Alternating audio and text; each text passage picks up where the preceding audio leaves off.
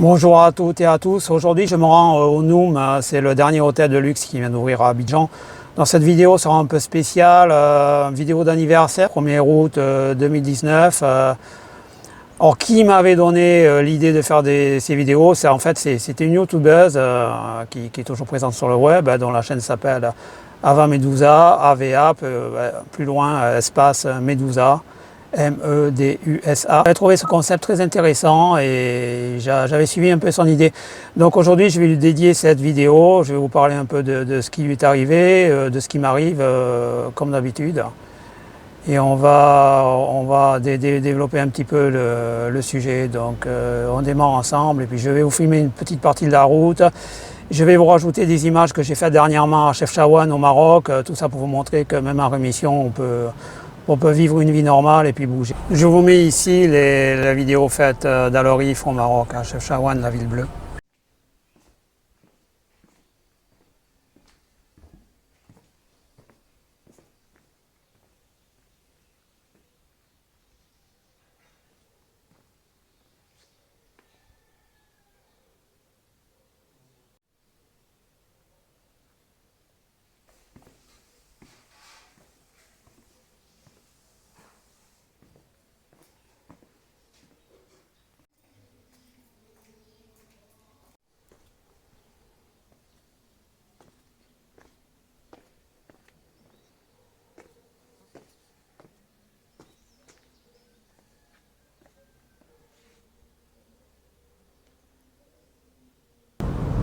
Je vous montre un petit peu la route.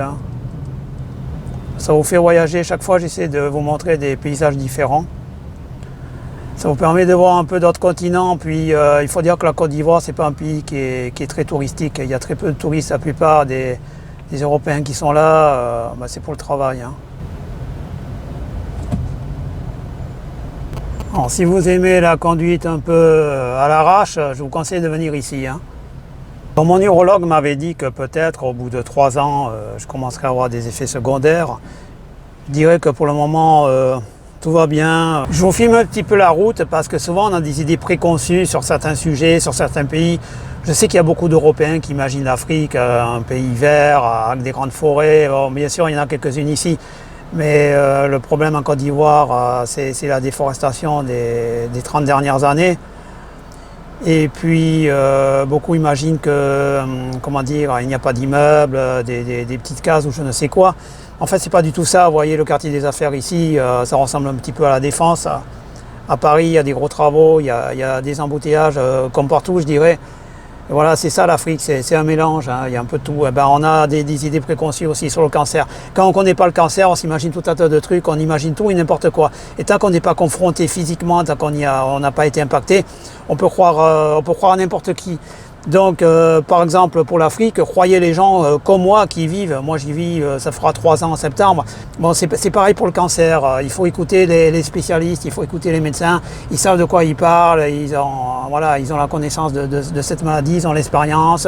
Ils l'ont étudié, ça fait des années qu'ils travaillent dessus. Il ne faut pas écouter n'importe qui. Ici, sur la droite, une église moderne. J'avais réalisé une de mes vidéos ici une fois. Vous le voyez maintenant, juste à droite. Comme d'habitude, j'essaie de vous mettre à l'aise. Quand on parle de maladie, il vaut mieux débuter doucement. Voilà, je suis arrivé au Noum. Donc, je vais vous montrer un petit peu les paysages, c'est assez sidérant. Donc, je vous filme un petit peu. Vous voyez la piscine ici. Bon, on est au 7e étage. C'est assez impressionnant, je dirais.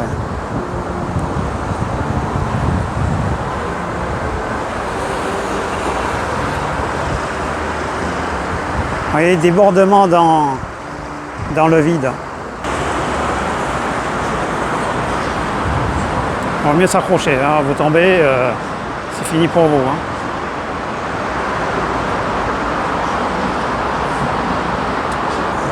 Donc là, vous avez une vue sur la lagune. Je continue, je vous filme juste 2-3 minutes, un peu la terrasse. Je vais m'installer, après je vais prendre un café ou un cocktail, je ne sais pas. Alors, si je prends un cocktail, il y a tous les intégristes des traitements de cancer par le régime qui vont me tomber dessus en me disant qu'il ne faut pas manger de sucre, etc. Donc je vous filme un petit peu là.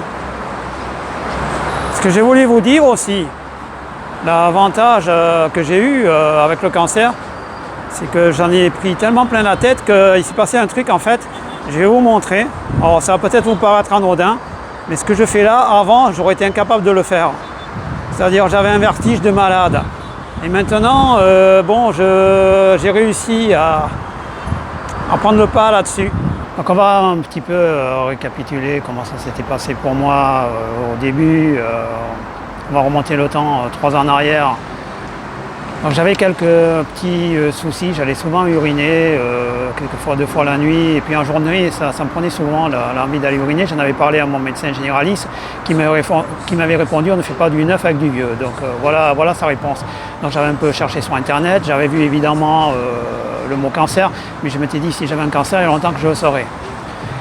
Et puis par hasard, j'ai dû partir en expatriation pour raisons professionnelles, c'est-à-dire quitter Paris pour aller sur Abidjan. Et donc j'ai passé des examens de routine. Et là, on m'a dit, vous avez un PSA très élevé, 15,9, consultez un urologue. Je suis allé voir un urologue qui est devenu tout blanc, donc des tests, IRM, scanner, puis un autre urologue qui lui aussi est devenu tout blanc, qui courait partout. Donc biopsie, PET scan pour voir s'il y a des métastases et le verdict est finalement tombé, vous avez un cancer localement avancé, score de Gleason 4+3. Et donc sans métastase, donc pas besoin de chimio, traitement préconisé, radiothérapie, hormonothérapie. Donc là j'ai vraiment commencé à paniquer. J'ai paniqué pour plusieurs raisons parce que premièrement donc j'avais stoppé mon travail à Paris, je me retrouvais provisoirement sans emploi le temps que je switch sur Abidjan. J'avais contacté une entreprise de déménagement, une partie de mes meubles partaient par avion et puis par bateau. J'avais mis en location ma maison, j'avais 2 voitures que j'avais vendues. En fait, j'avais signé le contrat de location, j'étais totalement paniqué, je ne savais pas quoi faire. Donc je me retrouvais tout seul et personne avec qui parler de ça, à part le dernier urologue avec qui j'avais discuté, qui m'avait vraiment décrit de façon très précise ce qu'était le cancer de la prostate, ce qu'on allait me faire en fonction de la décision prise par le comité interdisciplinaire, c'est-à-dire qui réunit plusieurs médecins, plusieurs spécialisés rayons, etc. J'étais un peu dans le flou, j'étais perdu, j'étais tout seul et j'ai pris la décision d'aller me faire soigner à Avignon parce que je connaissais quelqu'un à Avignon qui pouvait m'héberger puisque j'avais plus d'hébergement sur Paris. Ma maison elle est toute mise en location dans les jours qui venaient. Et donc je suis allé chez cette personne, pardon, je suis resté 1 mois. Et puis le 2e mois, pour différentes raisons, je suis parti, je suis allé dans une résidence étudiante. Donc vous voyez un peu le topo, résidente étudiante à 56 ans, durant l'été, le matin radiothérapie, tous les matins, tous les jours, 5 jours sur 7, plus injection hormonothérapie. Et j'étais perdu. Alors je cherchais désespérément des vidéos sur YouTube, hein, évidemment. Et puis je tombais sur tout et n'importe quoi, tout un tas d'arnaqueurs qui vous proposent des miracles, qui vous disent le symptôme c'est pas la maladie c'est pas le symptôme, c'est pas parce que tu as le symptôme que tu as la maladie, en fait des trucs complètement nazes quoi. Je veux dire, j'ai quand même fait des études jusqu'à 22-23 ans et j'ai pas fait tout ça pour écouter tout et n'importe quoi. Moi, le coup des gens qui... Hein, bon, ouais, merci. Le coup des gens qui racontent n'importe quoi, ça ne m'intéresse pas. Et donc, j'ai cherché des youtubeurs sérieux et je suis tombé sur une jeune fille qui, à l'époque, je crois, avait 23 ans, donc avant Medusa, qui faisait des vidéos sur le cancer. Et ce qui m'avait plu chez cette personne-là, c'est qu'elle suivait le protocole médical, elle écoutait les médecins, donc ça prouvait qu'elle avait un minimum de neurones. Et puis elle donnait l'impression de surfer un petit peu sur le cancer, sur ses problèmes, elle avait toujours un côté positif. Et moi j'aime bien les gens qui vous donnent de l'énergie, du côté positif. Et ça me plaisait beaucoup, et donc j'ai commencé à regarder un petit peu ses vidéos. Mais je n'étais pas vraiment concerné du fait que, bon, elle avait un cancer du sein, ce qui ne correspond pas du tout au cancer de la prostate, mais les 2 cancers sont soumis, oui, à l'hormonothérapie. Et donc moi j'avais très peur de l'hormonothérapie, j'avais posé la question, elle m'avait un petit peu rassuré, elle m'avait dit écoute, moi j'arrive à supporter. En plus elle, je crois que c'était sur 5 ou 10 ans, alors que moi c'était prévu sur 3 ans, donc ça m'avait hyper rassuré. Et puis petit à petit, je voyais les gens que je connaissais qui ne m'écrivaient plus, ils me laissaient tous tomber. Donc je finissais tout seul. Et en fait, cette fille-là m'a donné l'envie de faire des vidéos. C'est-à-dire, je me souviens d'une de ces vidéos où elle s'était filmée avec sa feuille de séance de radiothérapie. Elle a montré tout ça, elle était toute fière, elle avait dit voilà, j'ai fini. Et toujours sur ce petit côté sympathique et positif. Et j'aimais bien ça. Et donc ça m'a donné l'idée, je me suis dit tiens, je vais faire comme elle. Alors je me suis renseigné comment faire des vidéos YouTube, j'ai acheté un micro, un support, j'ai trouvé un logiciel de montage, parce que ça prend du temps, il y a des coupures à faire, quelquefois il y a de la musique à rajouter, etc. Et ça m'a donné l'envie de me lancer. À un moment, j'ai arrêté un petit peu de suivre ces vidéos parce que j'étais pris dans mes problèmes, etc. Puis je suis venu à Abidjan, bon, la vie a repris son cours, vous connaissez la suite, 18 mois d'hormonothérapie. Bon, pour moi, c'était l'enfer. Pour moi, c'était l'enfer, l'hormonothérapie. Je ne veux plus jamais subir ça. Enfin, je ne veux pas vous casser le moral non plus, c'est pas douloureux physiquement, mais ça vous met la tête à l'envers, quoi. J'ai vu sa dernière vidéo, il y avait 8 mois d'intervalle entre sa dernière vidéo et son avant-dernière vidéo.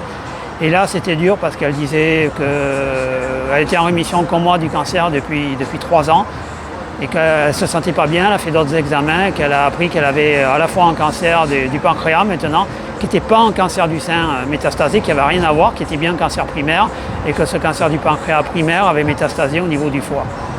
Donc ben voilà, ça m'a fait un choc, quoi. Il y a des gens qui me disent oui, pourquoi ça te met dans cet état, tu ne la connais pas? Ben si, je la connais quelque part parce que je sais ce qu'elle endure et moi j'ai enduré la même chose et puis je sais très bien dans quel état psychologique elle est. Ça doit être vraiment très dur, quoi. Et quand j'ai appris ça, j'ai pas dormi de la nuit.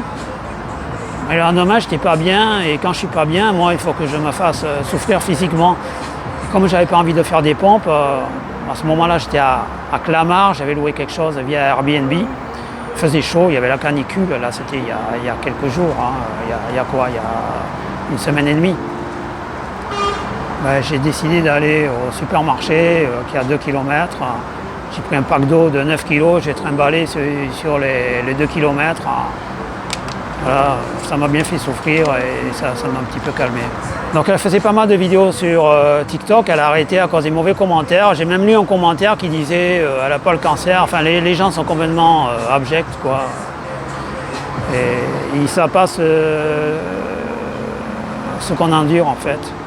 Et surtout elle, ce qu'elle endure. Alors, je vais raconter une histoire. C'est quelqu'un qui vient d'être embauché depuis peu dans une entreprise. Il va voir le DRH, il lui dit j'en ai marre, je veux partir. Et le DRH lui dit mais je ne comprends pas, pourtant tu travailles bien, on est satisfait de toi. Et la personne lui répond ceci, peut-être vous êtes satisfait de mon travail, mais moi je ne suis pas satisfait des conditions, c'est-à-dire les gens font de la politique, les gens parlent, les gens se critiquent entre eux, il y a une mauvaise ambiance de travail. Pendant les réunions, il y a des ragots. Moi, ça ne me plaît pas. J'aime pas cet état d'esprit. Le DRH réfléchit, lui dit écoute, moi j'accepte ta démission, mais à une condition. Tu vas prendre un verre d'eau, tu vas le remplir à ras-bord et tu vas faire avec ce verre d'eau à la main 3 fois le tour du plateau sur lequel tu travailles. Alors la personne trouve ça bizarre. Elle dit ok, je t'écoute, je vais faire ça.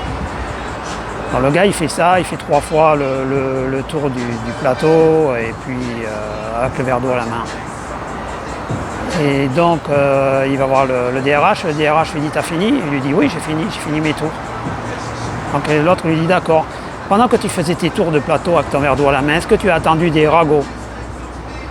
L'autre lui répond non. Est-ce que tu as entendu des gens qui parlaient de politique ou de religion ou d'autres choses? Le gars lui dit non. Est-ce que tu as entendu des gens qui critiquaient les réunions, tout ça? Le gars lui répond non, c'est vrai, j'ai rien entendu. Et le gars lui répond voilà, tu n'as rien entendu parce que tu étais concentré sur le verre d'eau. Donc moralité, c'est un message pour Ava, mais aussi pour les autres qui font des vidéos YouTube. Concentrez-vous sur vous, concentrez-vous sur votre guérison, concentrez-vous sur les bonnes ondes que vous fournissez et puis ignorez ce qu'on appelle en anglais les gossips, enfin les ragots en français. Ignorez tout ça et concentrez-vous sur vous.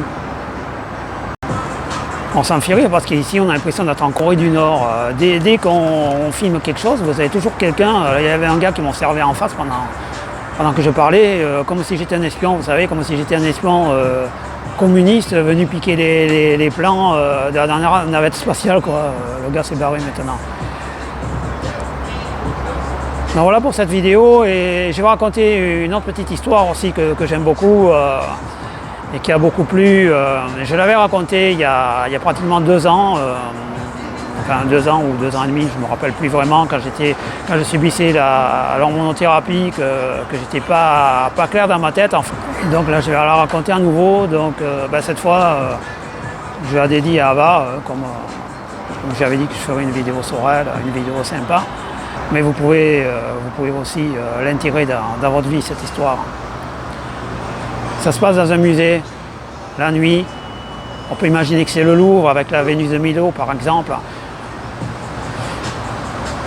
Donc il y a une très belle statue qui est là depuis des années. Et puis en face d'elle, il y a un bloc de marbre. Le bloc de marbre, il est rectangulaire, il est basique, il est banal. Et les gens s'assient dessus, sur lui, pour observer la statue. Puis le bloc de marbre entend tous les compliments. La statue est magnifique, la statue est belle. Donc un soir, le bloc de marbre rectangulaire en a marre, et puis il commence à invectiver la statue. Il dit, écoute, moi j'en ai assez, je sers juste à supporter le poids des visiteurs.